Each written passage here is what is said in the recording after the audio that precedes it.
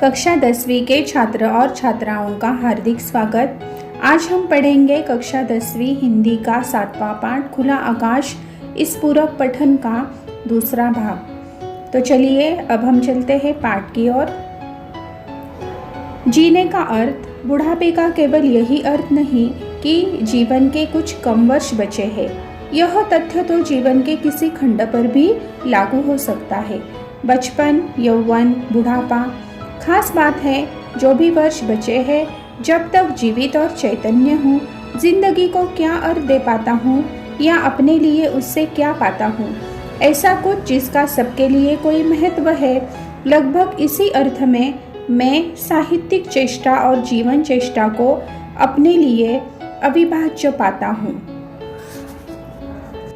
लेखक ने यहाँ पर हमारे जीवन की 3 अवस्थाओं का वर्णन किया है, बचपन, जवानी और बुढ़ापा। तो सबसे पहले आता है हमारा प्यारा और सुहाना बचपन। उत्साह से भरा है, चैतन्य से भरा है, हर तरफ खुशी है, एक नया एहसास है और हर एक बात जानने की जिज्ञासा है। बचपन के बाद हमारे जीवन का दूसरा मोड़ है, वह है जवानी। हिम्मत से भरी है, साहस से भरी है, जोश है, उत्साह है, उमंग है, मंजिल को पाने का जुनून है। हमारे ज़िंदगी में आने वाले हर एक पल को खुशियों में, जीत में बदलने का एक नया विश्वास है। 75 का हो रहा हूँ, यानी जीने के लिए अब कुछ ही वर्ष बचे हैं, लेकिन जीना बंद नहीं हो गया है। यह एहसास कि मृत्यु बहुत दूर नहीं है, उम्र के किसी भी मोड़ पर हो सकती है। ऐसा हुआ भी है मेरे साथ। तब हो या अब, यह सवाल अपनी जगह बना रहता है कि जीवन को किस तरह जिया जाए, सार्थकता से, अपने लिए या दूसरों के लिए। हमारे जीवन का अंतिम मोड़ वह है बुढ़ापा। और यह जो बुढ़ापा है, यह निराशा से भरा होता है, दुखों से भरा होता है, इसलिए सारे लोग उससे नफरत करते हैं। यहाँ पर लेखक कह रहा है कि वह भी 75 साल का हो रहा है, यानी वह भी बूढ़ा हो रहा है और जीने के लिए उसके जीवन के कुछ ही वर्ष बचे हैं, लेकिन उसने उसका जीना बंद नहीं किया। लेखक हमें यह संदेश देना चाहते हैं कि यह बुढ़ापा हर एक व्यक्ति के जीवन में आता है, तो जीवन के इस मोड़ पर हमें ईश्वर से धन्यवाद देते हुए, खुशी से जिम्मेदारी निभाते हुए, अगर हम अपने बच्चों को सलाह देंगे, घर के छोटे बच्चों पर संस्कार करेंगे, तो सारे लोग प्यार से आपकी पूछताछ करेंगे और बच्चे भी बुढ़ापे में आपकी सेवा करेंगे। आपके बुढ़ापे की निराशा दूर होगी और आप खुशी से अपना जीवन जी पाओगे। दिल्ली में रहना, दिल्ली शहर में घर ढूंढ रहा हूँ। शहर जैसे एक बहुत बड़ी बस, सवारियों से लंदफंद, हर वक्त चलायमान।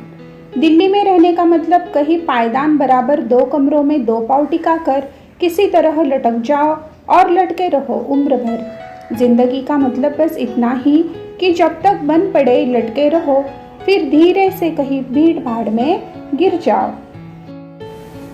लेखक ने यहाँ पर हमें यह कहना चाहा है कि आबादी से भरा दिल्ली शहर भीड़ भाड़ से भरा हुआ है, लेकिन हमारे जीवन के ध्येय को पूर्ण करने के लिए हमें मुश्किलों का सामना करना पड़ेगा।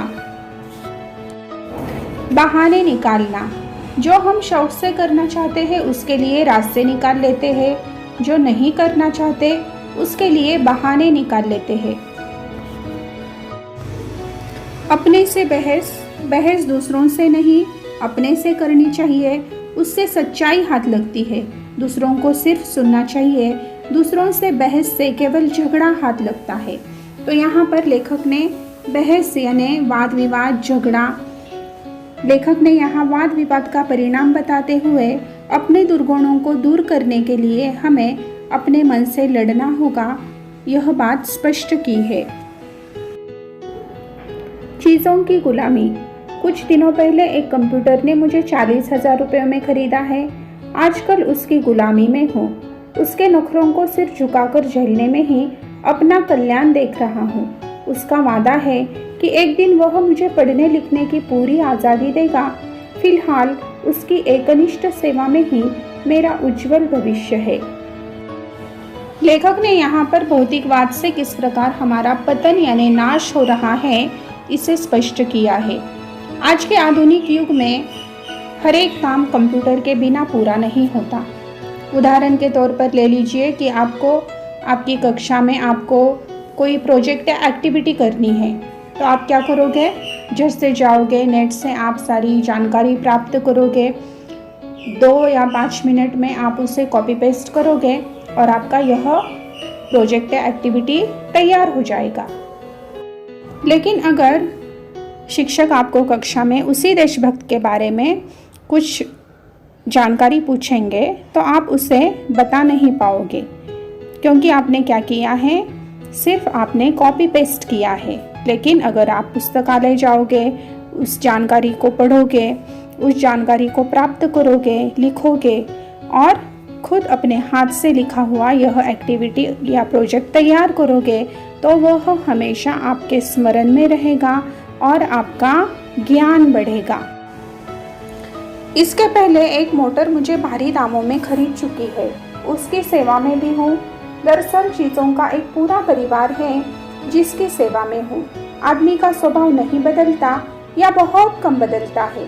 गुलामी करना करवाना उसके स्वभाव में है, सिर्फ तरीके बदले हैं, गुलामी की प्रवृत्ति नहीं। हजारों साल पहले एक आदमी मालिक होता था और उसके दर्जनों गुलाम होते थे। अब हर चीज के दर्जनों गुलाम होते हैं। आधुनिक युग में विज्ञान के सहारे मनुष्य ने खुद की प्रगति तो की है, लेकिन वह आलसी और कामचोर हो गया है, क्योंकि वह चीज़ों का गुलाम बना है। तो यहाँ पर लेखक हमसे कहते हैं कि गुलामी करना करवाना मनुष्य के स्वभाव में है, उसकी प्रवृत्ति यानी उसका वह स्वभाव है।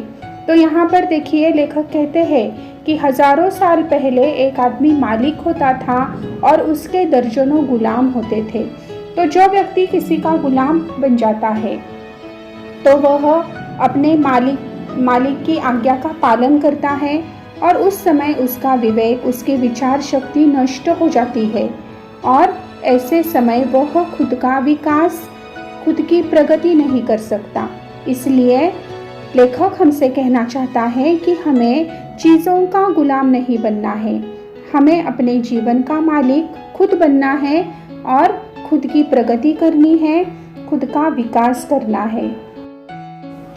तो इस प्रकार खुला आकाश इस पाठ के माध्यम से लेखक ने हमें यह संदेश दिया है कि हमारा जीवन संघर्ष से भरा है, लेकिन हमें आत्मविश्वास, संयम, ईमानदारी, सच्चाई और मेहनत से अपने जीवन में आगे बढ़ना है, खुद की प्रगति करनी है।